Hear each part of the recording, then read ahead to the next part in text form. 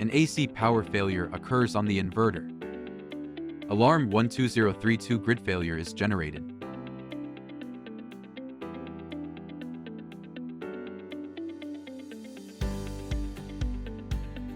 Solution: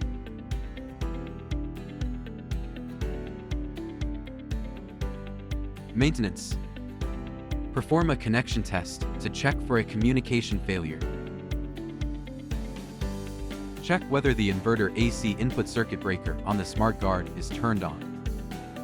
Check whether any external circuit breaker or residual current device connected in series is turned on.